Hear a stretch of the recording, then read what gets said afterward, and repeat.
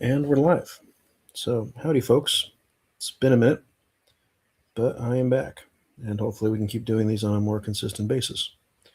But I think since February of 25, I've been a little bit absent and mostly of my own, my own issues with that. So, hopefully, we can get something of a cadence worked out so that you guys can check out what I have to work on and, you know, see my thoughts on a few things that have been occurring in the world of popular media. But outside of that, this catch-up episode is going to be a little bit more kind of freewheeling. So, because I plan to do more specific episodes for some of the more popular items that'll come up, and I'll kind of point them out as we go through it. So, I mean, since February 2025, and I covered a little bit of this sporadically back in 25 with maybe the 3 or 4 lives that I did do that during that year, and so we're going to try to do these things a little more frequently this summer, and then I might have to front load or batch create a few that will hopefully get us through the fall. And then when we come back in spring, we'll try to do some of that as well. So, depending on how things go and if nothing happens to me, and you know, everything seems to be on the up and up, there would be a combination of live stream videos on Mondays. Shorts will stick on, we'll keep those on Wednesdays, and then Fridays we'll go ahead and make those video essay days or sort of a doubled live stream. It depends. I would like Fridays to end up being more of a like it'll be a pre-recorded video. It won't be like a polished video essay as much as I would like to make those. Um, I'll try to do my best with what I can with it. I know you can kind of pull the files out and like edit them accordingly, but yeah, we'll see how all that shakes out. But for right now, we're going to be doing this as low budget as I can. There's no image on the live stream itself, so don't break your head trying to see me. I try to do these things in a way, or design them in a way so that these live streams can be basically listened to while you're on, a commute home or to work, or you're on a bus, going from wherever you're going, or if you're on a long road trip and you want to listen to a few of these. We have tons of a backlog of live stream episodes, a few with some guests, so you definitely can check those out. This will be added to the podcast playlist that you guys can check out whenever you feel like it. So, please do. So, without further ado, I think we'll get into a few little notes. So, one, there's sort of a expectation right now, at least what I'm seeing, that 2026 is going to be a rather interesting summer blockbuster season.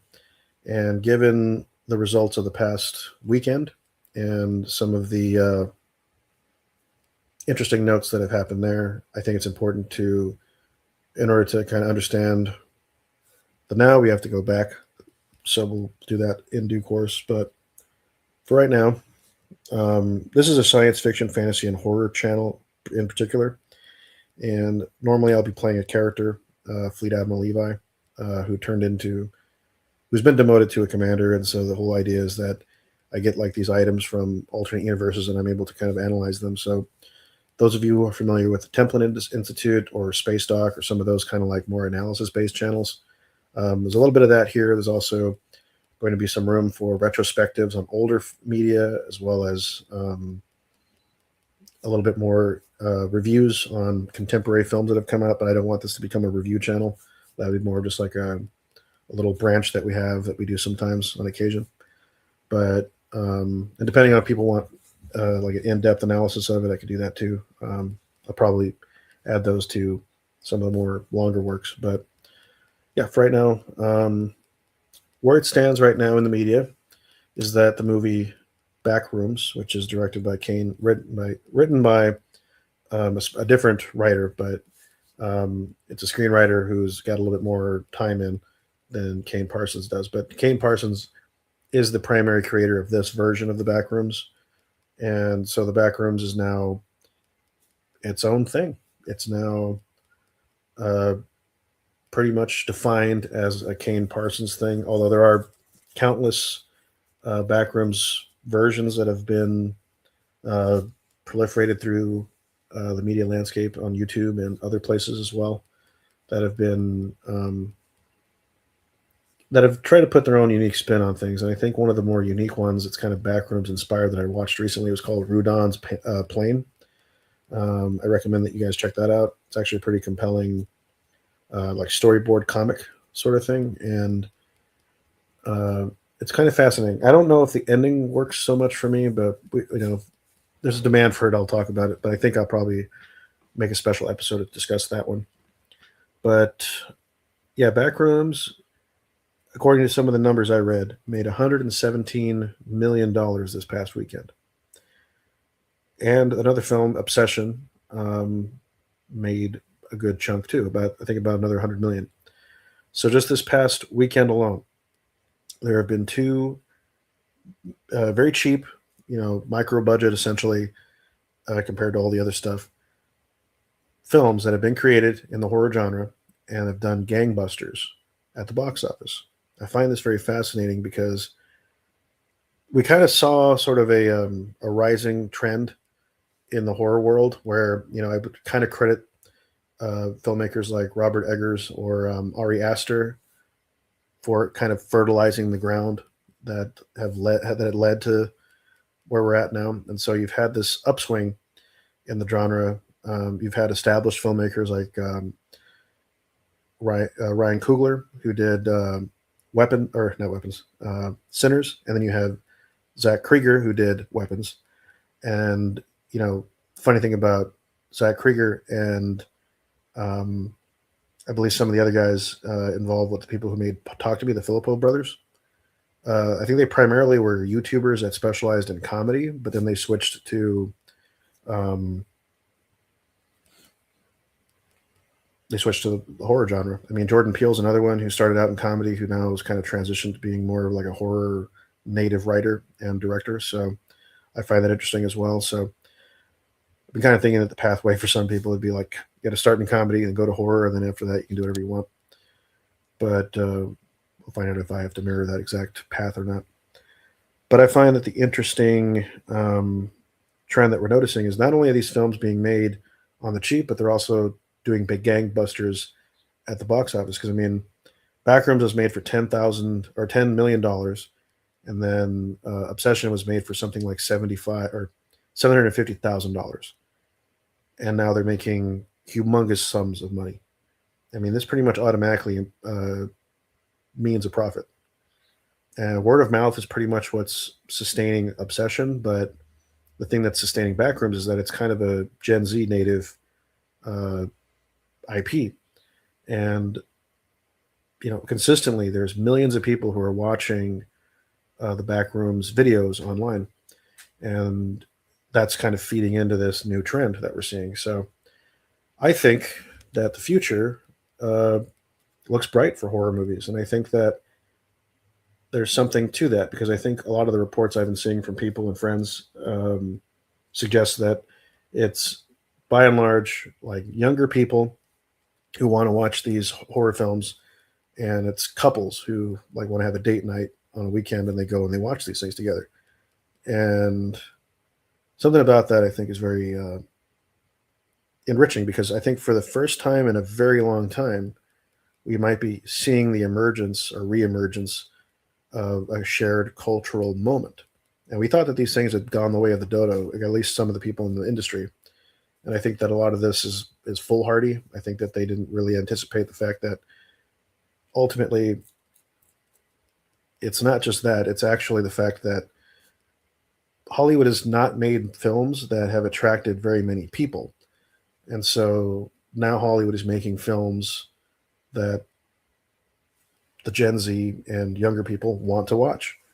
So when you put that into perspective, it's very fascinating because if the big studios decide to pivot and they start making these smaller budget films and start creating the new generation of filmmakers who will define the next generation of work and go from there. I was watching the Red Letter Media episode about the backrooms yesterday, and it appeared to me that they were highlighting a very specific uh, issue that I think is very important to note. And what I find is for like the Gen X people, it was primarily like the indie circuit that you had with filmmakers like Quentin Tarantino. You had Christopher Nolan, Paul Thomas Anderson. Those were like the old school indies of the past. That's their generation. That's what they did. And then before that, you had the baby boomers with George Lucas, Steven Spielberg, and you had them define the generation of blockbusters and create the kind of work that they did. And now you have Gen Z who's coming up and doing their own stuff. I don't really think that there really is any millennials that have come up just yet. I mean, it's going to probably come out that millennials and Gen Z might end up making movies, around the same time and defining two different narrative modes. But we'll have to see because I think Kane Parsons is 20, and then the filmmaker who made Obsession, he's 26, and so these are very young filmmakers doing their thing. So it's going to be interesting to see what their perspective on everything is because it seems to be, judging by the themes of Obsession and Backrooms, that there's issues with isolation, masculinity, and sort of exploring the psychological underpinnings of these liminal areas, at least in Backrooms, but also the idea of men sort of creating situations and then not exactly owning up to them or even wanting to change, or by the time they want to change, it's gone too far and now it's gotten out of hand, and so they can't change it. So I think that these are things that need to be had. These are conversations that need to be had, and I think that the fact that both films together, I think of basically the cumulative total is something like $250 million at the box office. I made this point that if your film makes about $250 million at the box office, you have now passed into what's called the cultural zeitgeist, and so you're now a part of the conversation. Everybody's going to be seeing it, or enough people are going to see it to where it can actually quantify as part of a cultural moment. And right now, it seems like these are this is part of the cultural moment. And so this is sort of an improper segue into 2025 and getting back into our proper discussions about the things we need to catch up on. So we'll head right into it.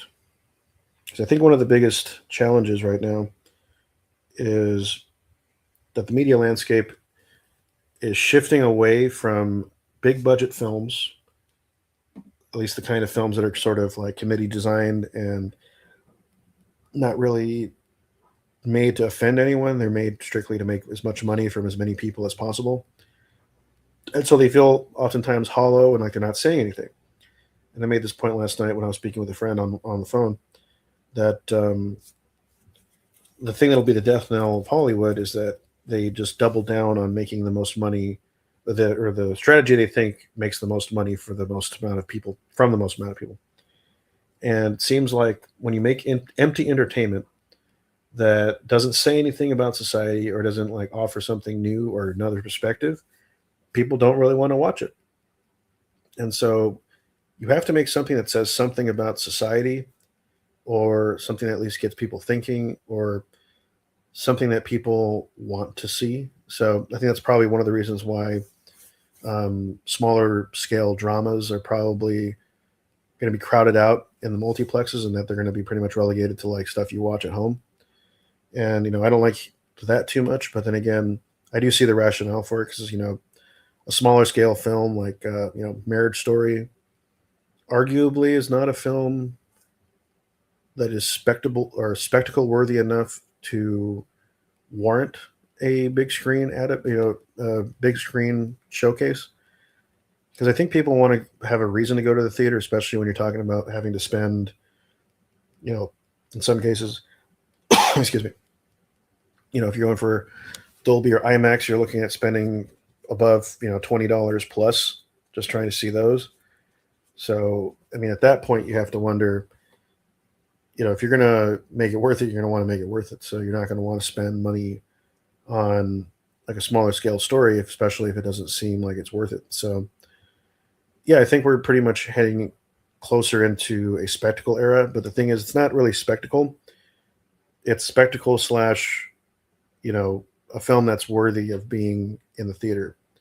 And I would argue that, Backrooms is one of those films, and so is some of these other um, horror films that have come out recently. They're designed definitely to be watched on the big screen, but they're made not to be watched in premium formats. They're made to be watched in normal formats because at the end of the day, displaying these images on a screen, and you have all the elements that you want in a horror film displayed for you on the big screen. I mean, I think it just lends itself to that very well.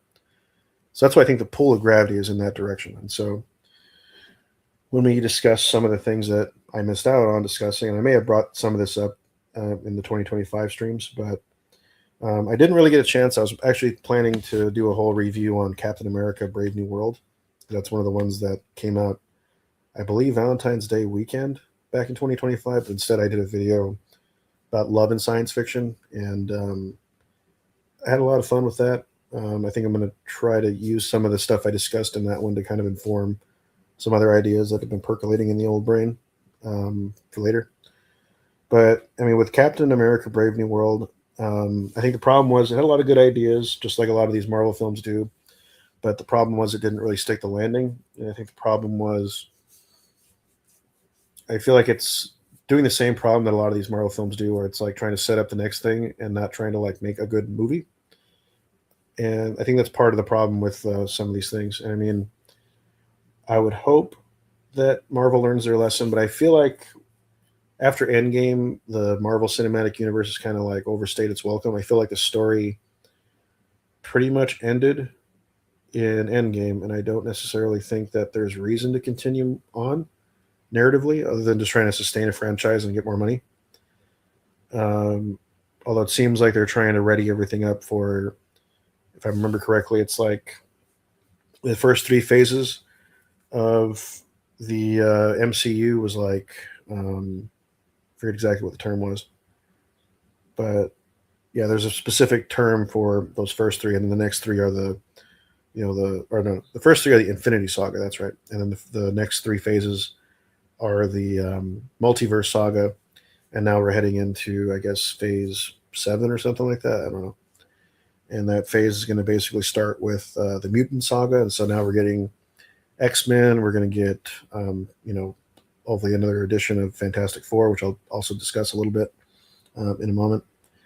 But yeah, there's that, and I feel like superheroes as a genre is on the inverse of what we're seeing with horror films, and that's part of the reason why that I brought up already, where it is the corporate mentality to just make these things to make money, and that's not really working for many people. So I'm finding that to be very interesting and fascinating. But if the superhero genre not necessarily dies, but it becomes like the next Western, like they made too much of them, people saw them all, very often, so there's no desire to want to see more of them because there's only how many different ways you can tell those kind of stories. But I don't know if it's even that simple. I just think that people are gonna crave superhero stories, but they're gonna crave them on a smaller scale because I think that's where the pull of gravity is going is smaller scale stories, and still having that spectacle, but not having it be so overwrought and so uh, crazy that it kind of like burns your whole budget in just that one scene.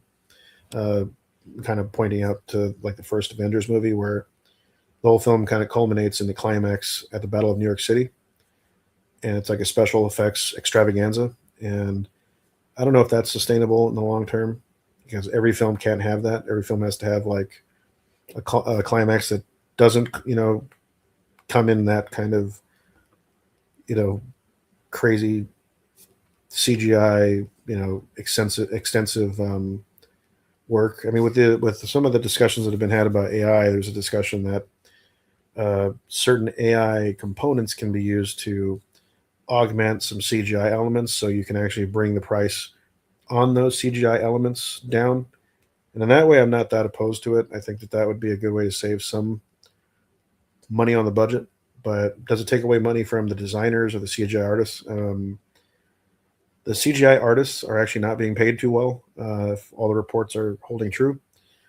So it's not really a job that I'm all that broken up about losing.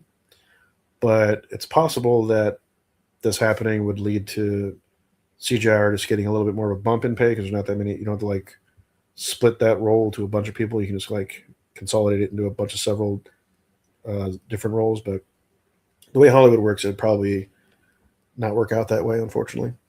But what are you gonna do?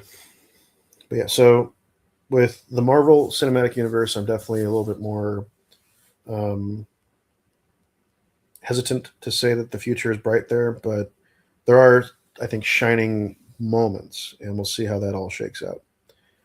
But the other film that came out last year was Mickey 17. I wanted to review that for this channel. I didn't get a chance to. I thought it was a pretty good movie. I have the book somewhere, Mickey 7. I have not read it, but there's a good story there, and I feel like it could have been better if they would have just kind of focused a little bit more on, because I know it's Bong Joon Ho and he likes to make stuff that's a little bit more uh, focused on social commentary, and there's a little bit of that in the actual book, but at least from what I'm told. So I think the better move would have been to heighten the social commentary a little bit and make it a little bit more absurd, but then tie it more closely to the plight of all the clones of Mickey. But yeah, I wouldn't say that Mickey 17 was like the best science fiction film of 2025, but I guess if we're only counting science fiction films, it's probably up there in the top 10 somewhere, probably in the lower end. But I still, I would say a fan of Robert Pattinson. I don't think recently he's turned out a performance that I thought was bad. So I'm actually pretty impressed with him. And the fact that he's doing a new film playing Chris Hansen of, was it Dateline NBC, when he was doing like To Catch a Predator. That's fascinating and very, very bizarre to me. But you know what? I'm down. So the next film after that that I have on my list is Sinners. And so I was very, very impressed with Sinners. I think it's probably one of the top films of that year, probably top 5 of the year. And I would say that that's another one of those like notches in the upward swing up the roller coaster that is what I would say modern horror. I think right now we're at the top of it, and we're hopefully going to hit a peak, and it's going to stay that way for a while, and then we'll go over the side of it.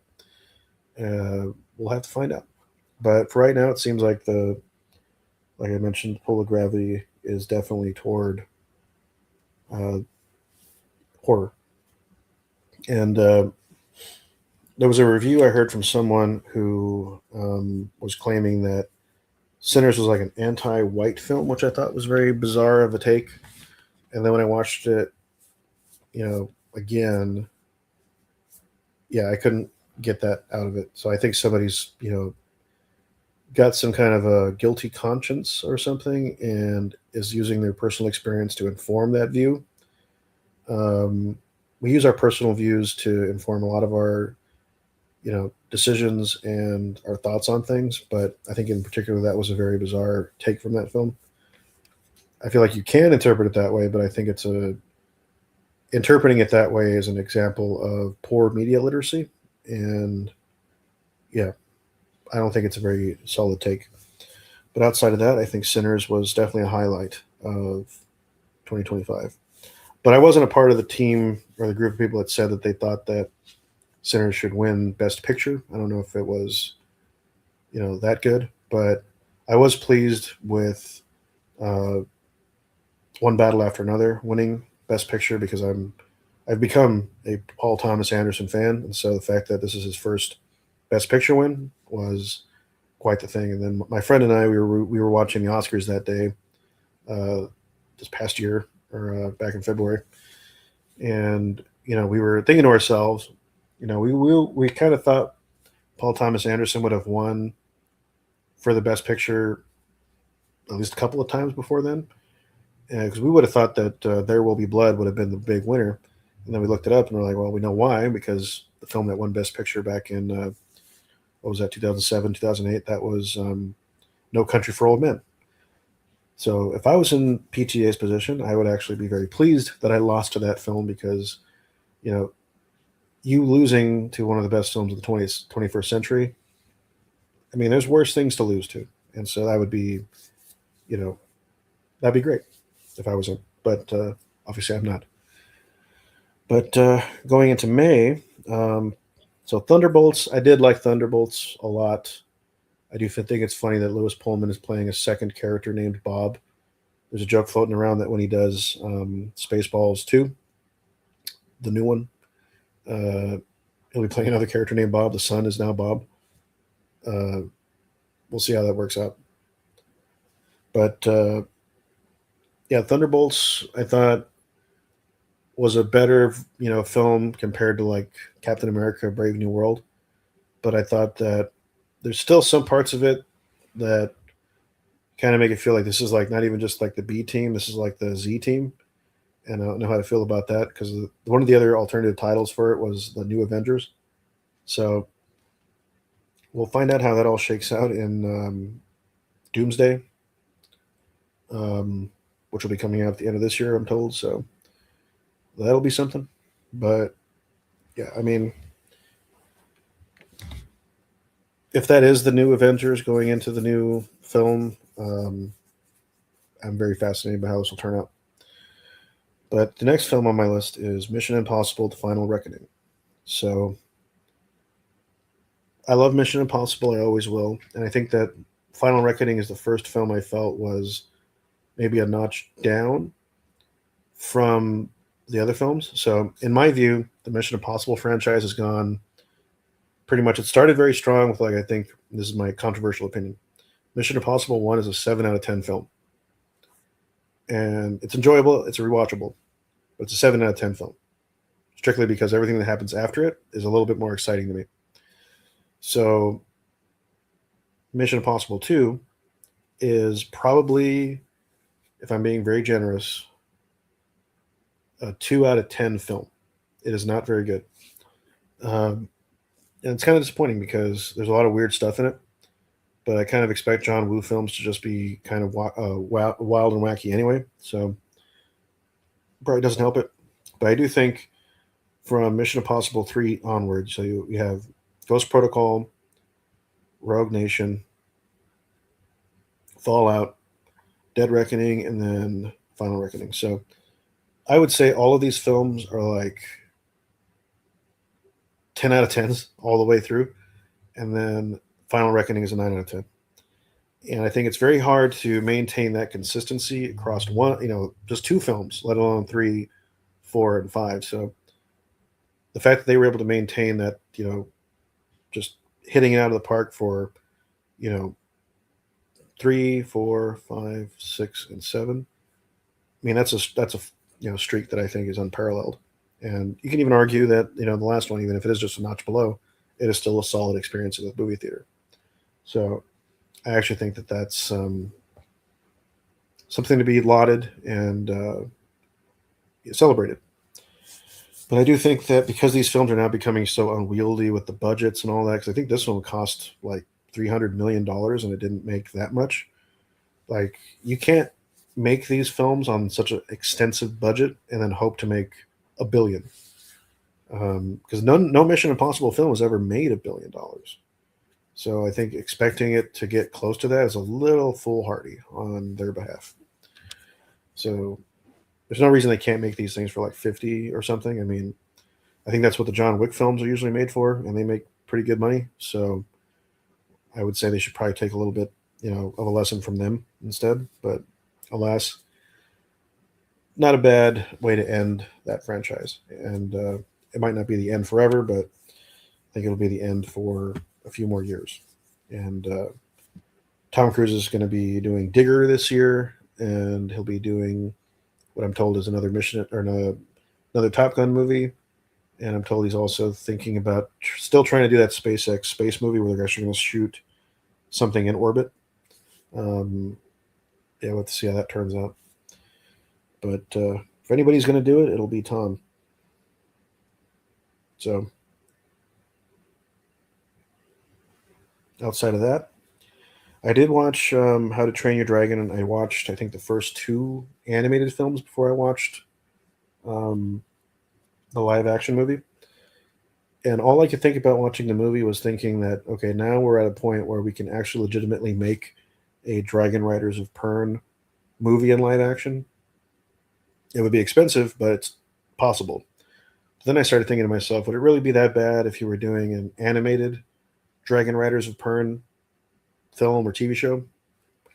I kind of think now the audience is sophisticated enough to understand like an animated film doesn't necessarily mean that it is a kids film or that it is not something that's made for adults. So we'll see. But How to Train Your Dragon was more of like a one-to-one copy of the original film. So I wasn't really sure how to think about that. There's some little flourishes that make it a little different, but it's still a little bit disconcerting for me.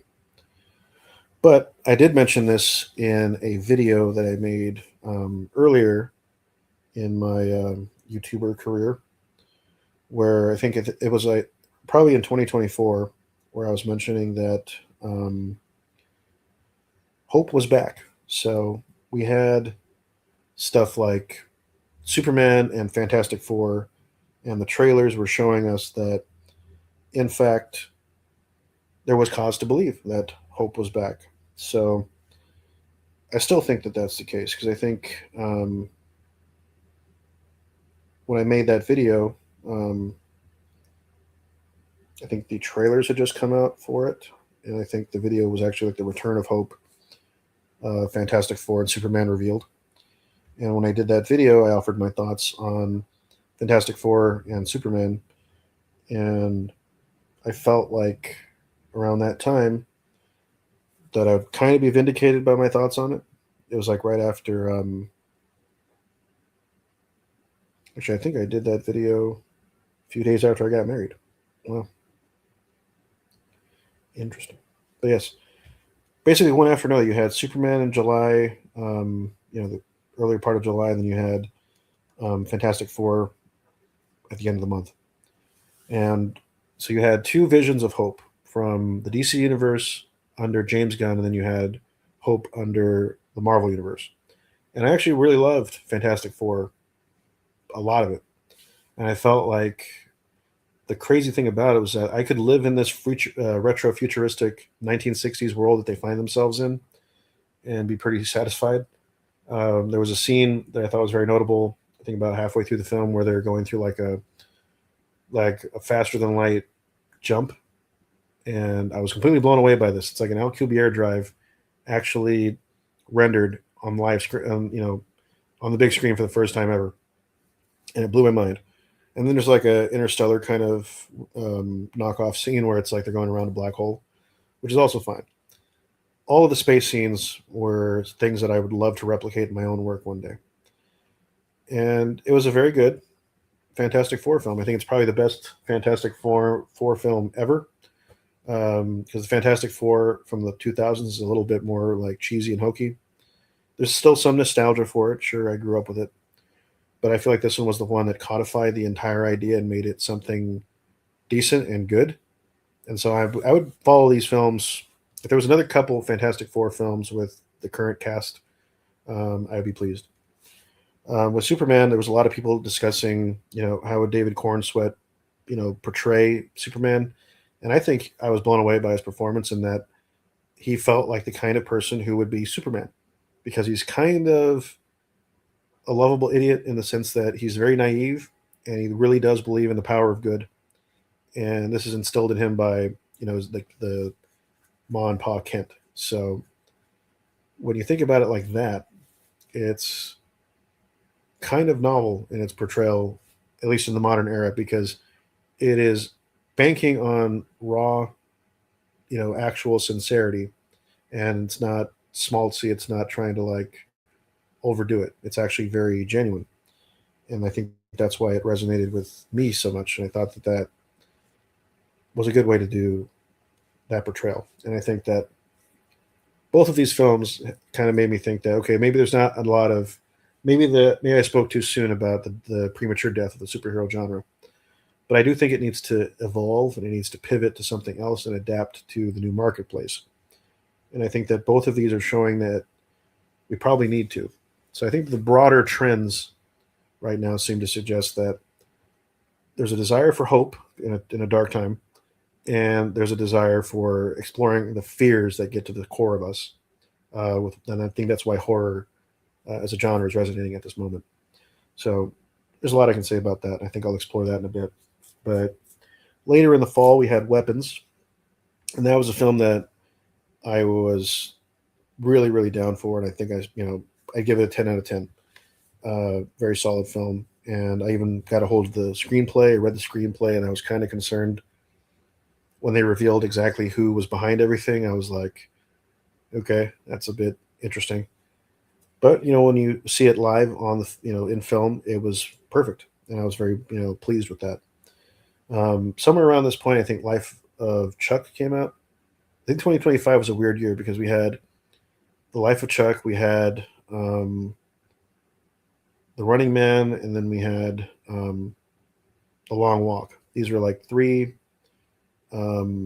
Stephen King things that were out there. I think there was even a TV show, The Institute or something like that, at the same time. So Stephen King was definitely getting his flowers as well. So I think those three films did pretty well. I mean, The Life of Chuck is not a horror thing; it's more like a fantasy. And then The Long Walk is definitely horror, and then The Running Man is more of an action thriller sort of thing, not really horror. So it's interesting how all that went. But yeah, Weapons is another watershed film, kind of like Sinners, where it's another notch leading further and further up to that peak that I was talking about. But yeah, I can't say more, good things about it. And I think I'm going to make a separate horror video that'll dive a little bit deeper into my thoughts about Weapons and my thoughts about um, Sinners as well, and any other kind of like horror film that have come out recently. I want to kind of note the broader trend in horror right now. And then I did watch Wicked for Good with my wife, and there's stuff about it that I don't particularly care for. I am kind of down with what it is in terms of aesthetics and all that, but I just feel like when you get to Wicked for Good, it kind of steps on the toes too much of the Wizard of Oz, and it kind of does some weird things with it. And then it doesn't stick the landing on one thing where it's like we can't dedicate ourselves to killing Elphaba, and so I'm like, I don't know. I would be down to return to that world. I would like there to be something more to it than what we got, but I don't know. I guess I prefer my storytelling to be a little bit more exacting and not so um, tepid and afraid to dedicate yourself to a decision. It's one of the reasons why, as a trope, I don't particularly care for killing characters and then chickening out and then bringing them back. I think one of the worst examples of this was in Star Wars Episode 9, where it would have been crazy and bold, but still good. My unpopular opinion, for Rey to kill Chewbacca when she did her little Force lightning thing, and then dedicate yourself to that and not change it. And then the movie actually does this thing where, just kidding, he's alive, and it's like 5 seconds. It's not even that long because they're like too afraid to keep that thought in your mind for too long. And I think that's just chickening out on that is just the mark of writers and creators who are not very confident of the decisions that they make. And yeah, I don't mess with that. Uh, One of the films that I think many of you will be surprised that I didn't watch was Avatar: Fire and Ash, and I kind of wish I did, but I did not. So hopefully, I get to catch it on streaming at some point in the future, just the way James Cameron um, hoped I would. I'm kidding. Outside of that, um, if you have any other films I might have missed in 2025, I think I covered the big ones. Please let me know. We'll maybe make another separate catch-up episode for those. I don't think this is the last catch-up episode I do. I would prefer it to be the last one, but I don't think it's going to be. But outside of that, I think we'll pivot to from film into TV/streaming, according to my list here, because I have a list of things I want to watch and things I haven't watched. So and things I did watch. So did not watch Daredevil. Um, I did finish Avatar or Andor season 2, and I do say that Andor, both seasons, and Rogue One are the best. You know, it's the best universe of the entire franchise. So they have the Mandoverse, and we'll get to that in a bit. But I feel like narratively and thematically, there are some of the strongest moments and characters of the entire franchise existing in Rogue One and Andor. And I feel like the fact that we only get a tiny bit of it should show us that this is something special, and it's not meant to overstay its welcome. It's meant to tell a story and tell it well. And I can't speak highly enough of Andor. I still have to work on The Last of Us season 2 and Black Mirror season 7 and Love, Death, and Robots volume 4. I saw a few episodes of it, but not enough to really discuss that. Um, yeah, I don't watch Doctor Who. Out of any science fiction or fantasy thing, one of the hardest things for me to watch has been Doctor Who. Like, I feel like I should like it, but every time I try it, it doesn't resonate with me. And I don't know if it's just because it's too weird, or if it's too British, or if it's just too.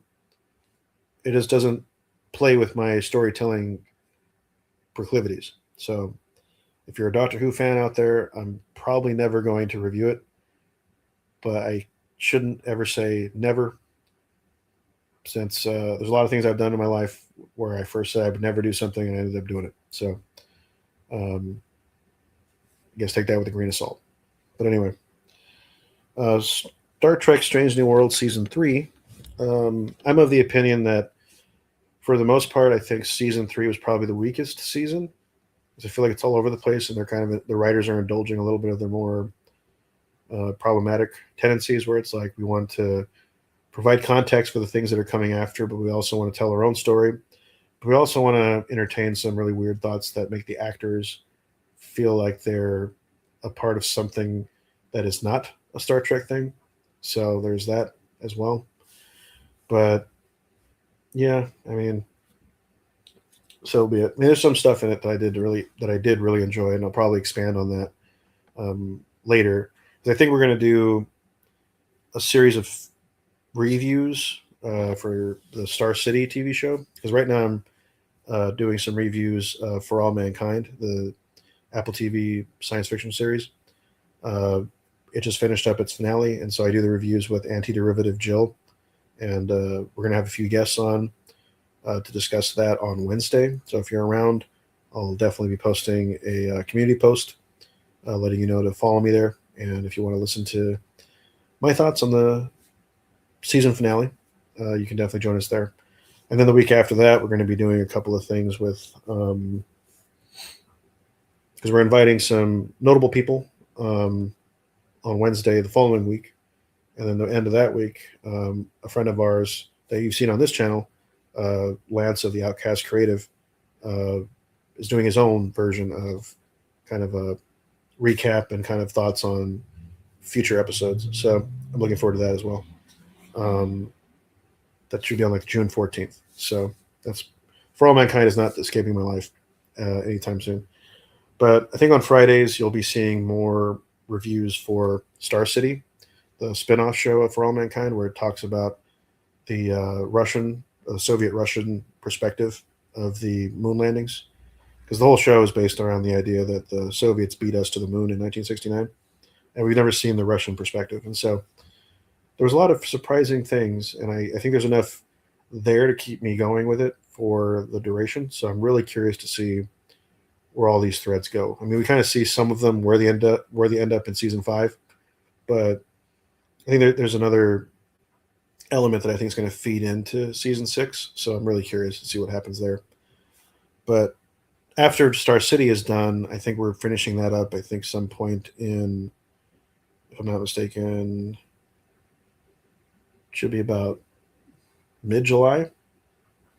think there'll be like a week in between where we're not doing a review, and then we'll dive into Star Trek Strange New World season 4, because that'll be coming out late in July around the San Diego Comic-Con, and we'll be pivoting to that. And we'll around then I'll give more of an in-depth analysis of Strange New World so far. I may or may not do a like in between that week kind of a catch up for Star Trek Strange New Worlds, because I haven't reviewed anything at least in depth or at great length uh, for that. So I think that it's something to be said for Star Trek Strange New Worlds being like one of the two most popular uh, series of the Kurtzman era. Because I mean, you have Strange New Worlds and you have Lower Decks being the most popular, and then so popular that they end up doing a crossover in live action between the two of them, and then they have animated portions bookending the whole episode. So I find that very interesting. Lower Decks has since concluded, and much to my sadness, but it did leave on a note that I think is very hopeful, and I don't think it's the last time we've seen those characters, but we'll see with the new regime coming in at Paramount and what they have planned. But I would hope that Star Trek learns a lesson that Star Wars still hasn't learned, which is um, make your story work, and not try to franchise everything out and make the universe feel smaller than it is. I feel like if anything, Star Trek should learn from Andor, maybe not making everything so dark and dreary, but making things thematically, um, you know, story driven and character wise. You make those elements rich, whereas you know don't try to placate us with nostalgia and things like that. Try to make stuff that actually serves a purpose and actually makes sense within the franchise. But we'll get to that. So, Star Trek Starfleet Academy Season 1. Now, we've already gotten word that Season 1 will basically be the first half of the two-season story that they're going to be telling, because they have announced that they canceled the series after ordering the first two seasons. So it's kind of sad that we won't be able to see the entirety of their time in the Academy. I actually don't think it was as bad as some people say it is. That's my other unpopular opinion. Maybe I'll do something separate that addresses that, because I did do a State of Star Trek episode of this show on this channel.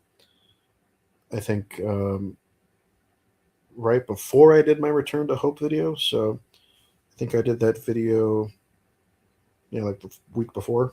Because right before that, I did a review of Star Trek Section 31, which I did not care for.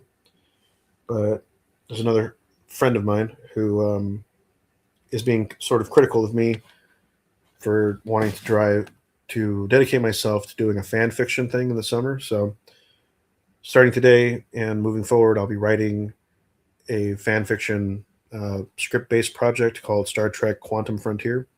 And I'll probably release it around the time that the 60th is actually happening. I'll kind of bring it up to people when I go to the 60th for Star Trek Las Vegas, the 60th anniversary there. So yeah, there's a lot of stuff to do there. We're still prepping on that. Hopefully we can get it going. Already have our tickets, already have the hotel room. Now we got to actually worry about saving money so we can actually enjoy our time in Vegas. We'll be there for a whole week. So if you're going to Vegas for Star Trek or whatever, you're more than welcome to come by and have a chat. I'm like to think of myself as very personable and open, so please do. But outside of that, I think there's going to be a larger conversation about that Star Trek Starfleet Academy, strictly because it got so much hate, which I think is not totally warranted. At some point, I might want to bring on Robert Meyer Burnett to talk about this stuff. We'll see. There's a few other people I want to bring on that where we can discuss not just the future of Star Trek, but the future of science fiction as a whole, and in relation to it versus the state of horror right now. Because horror is doing gangbusters, and I would love science fiction to do the same, but I don't think there's the same mechanism in place in science fiction at the moment to make that happen. And so I would like to kind of work through that and talk through it to see what we can come up with. One of the things I would like to do, I think we have plenty of time to do so because it seems to be like 5 years in between seasons for Severance. Severance is one of those science fiction things that kind of relates to this discussion of liminality and sort of like things that are exactly you know they look weird when there's no people around. Like it no longer serves the purpose that it was designed for. Because like most of the time, it's not in that perspective. It's more it spends more of its time not doing that than it actually does. So like an empty mall is more empty the majority of the time than it is packed with people. So I think that's why liminality is kind of strange. But outside of that, um, I do want to do a special video for Severance and exploring that. There's a lot of great stuff happening on Apple TV in terms of science fiction. Um, I might even want to do a thing for Silo. I'm thinking about also exploring a little bit more because Silo's coming back as well. So I don't know if I have room to do two reviews at once, but we'll see. Um, we have Silo, we have Severance, we have For All Mankind, Star City, and it's kind of crazy. We have all these different things coming just out of the one thing. Um, I haven't heard too many people talk about the Godzilla TV show that's on the channel, but Monarch. But I'm thinking about exploring that too at some point. But outside of that, I still haven't seen 28 Years Later, and I want to watch it. Um, I've kind of sworn off Jurassic World films strictly because I feel like they're the epitome of the same kind of impulses that make Fast and the Furious movies happen. And yeah, I don't really resonate with that as much. But I would like to talk about Tron Ares. I thought that was actually not bad at all. Some people might disagree. But outside of that, still got to watch Predator Badlands. And I did not watch Megan, so I can't talk about that. In terms of TV shows, did not watch Ironheart. Still got to finish Alien Earth. I did finish Murderbot. I could probably do a whole thing about that. I did actually buy the book for it, so maybe I'll have to read the book and then go to that. We'll see what happens. I think there's a season 2 coming, so that's good. That's another Apple TV Plus uh, project, which I think is interesting. Um, Peacemaker is part of the DC universe under James Gunn, so I could probably explore a little bit of that since I did watch both seasons of Peacemaker, and I was very much a fan of what I saw. So, yeah, maybe I could do something about that too. Um, I was very much a big fan of The Penguin. I think that's the only season we're getting. We'll see what happens on that one as well. I'm really looking forward to Batman Part 2 because, as I mentioned earlier, I've become a very big fan of Robert Pattinson. I think his portrayal as Batman slash Bruce Wayne is unique and one we have not seen before. So I'm down to see this rendition of the character and seeing how that goes. So hopefully we get to see the part two sometime in the near future because I think it's supposed to be coming out in 27, which is like a 5 year gap between movies. Yeah, usually I think that's a bad thing. But Foundation's another Apple TV Plus project that's airing, and I did finish that season. I think that show doesn't really like reflect what we see in the Foundation books, but I think Foundation is getting better increasingly. And so when the new season comes out, I hope to do that review. I think we might. I don't think it's been canceled yet, so I'm kind of wondering where the arc is going and where the story will go. It ended in a very surprising manner, so I'm kind of curious to see how that works out in the long run too. But I have not seen Invincible, so I can't really say. But there's also a number of other things that are on my AMC list that I did watch that don't really connect to our subject of science fiction, fantasy, and horror. So I really can't bring them up, or I could bring them up, but they don't actually have any place here. Um, Also, my taste in horror is very specific. So uh, usually, I'm not a very big fan of like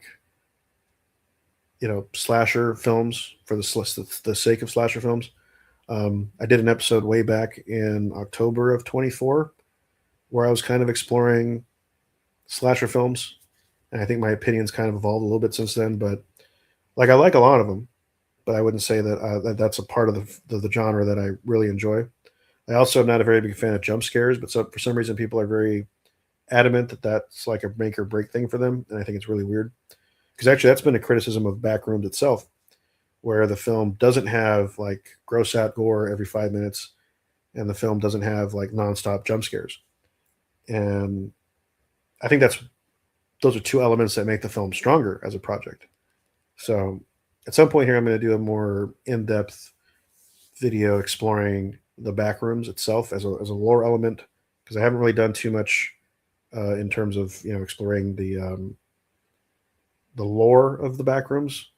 I did a video way back where I explored a little bit of the what was the video called? So I can find it for you. But yeah, that's a video that I did use called Millennial Horror, and I think I might have to bring that back because it is really about how fear unites us all, and I think that's kind of interesting because actually I did that video 2 years ago. So in that video, I delved into the fears and anxieties of millennials and Gen Z, and as they've been manifested in the popularity of the Backrooms, Local 58, and the Five Nights at Freddy's stories. So there's that. Although it is also one of my least popular videos, probably because it is actually a test video that I made, but I think it's still something that I'm going to have to recommend just for, if nothing else, you guys can recommend that I redo it and remake it. Because I think it's actually what I talked about then resonates more now than it did then because now the Backrooms is now such a phenomenon that it was when I made that video. So I think it just was announced that they were making the Backrooms movie at that point. So outside of that, F1, Karate Kid, Wake Up Dead Man. I've never seen any Conjuring movies, so I can't really say about that. I know they did a recent reboot of I Know What You Did Last Summer. Can't really say anything about that. Still have to watch Marty Supreme, Nuremberg. I've never seen Game of Thrones, so I can't really tell you anything about that. But A Night of the Seven Kingdoms, at least from what people have told me, sounds interesting, so I might pick that up at some point. Still got to finish some of the stuff from The Boys. I'm way behind on that one.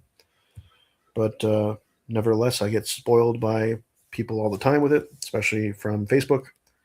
So that's largely unavoidable. But in general, yeah, so we're going to be coming back hopefully on Friday to discuss Star City episodes 1 and 2 and maybe even 3, just so we can keep ourselves, on track because I think the new episode of Star City comes out on Thursday night for us here on the West Coast. So I want to get ahead of that. And then you'll be seeing me on Anti-Derivative Jill's channel, where we will explore the final episode of For All Mankind, season 5. And you can hear me, discuss whatever it is about that. We're basically going to be shifting our efforts toward a combination of reviews and retrospectives and maybe some video essays exploring some of the broader thematic trends that we're seeing in the media landscape. And I brought this up earlier. So if you're down for that and you want to see some of these things, please subscribe if you haven't already, like the stream, and please comment. All of it helps boost us up in the algorithm and makes us grow from a little small channel that we are into a bigger, more beautiful channel. So please don't forget about us.